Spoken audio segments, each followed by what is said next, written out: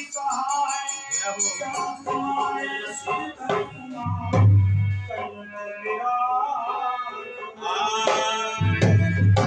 सिंहवाहिनी तेरा पूरा सवार को हरि मंगल करनी माँ संकट को टालो कि मैं मांगता नहीं मुझे कंचन के थाल दो जो कुछ समझ में आए माँ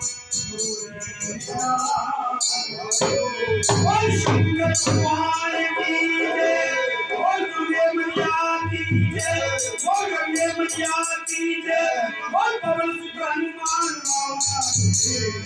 बोल सभी संतों की बोल सभी भक्तों की देखिए हमको कलाकार नहीं भैया हमको पीछे वाले हैं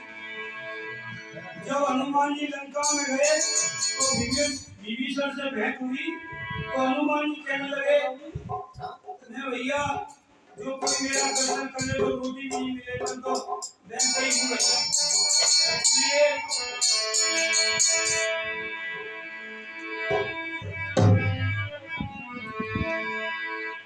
रामानंद जी महाराज के आश्रम में एक संत राधे राधे जपते थे तो क्या कह रहे थे क्या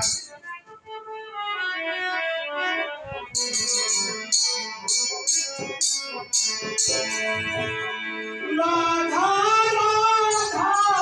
राधा राधा राधा राधा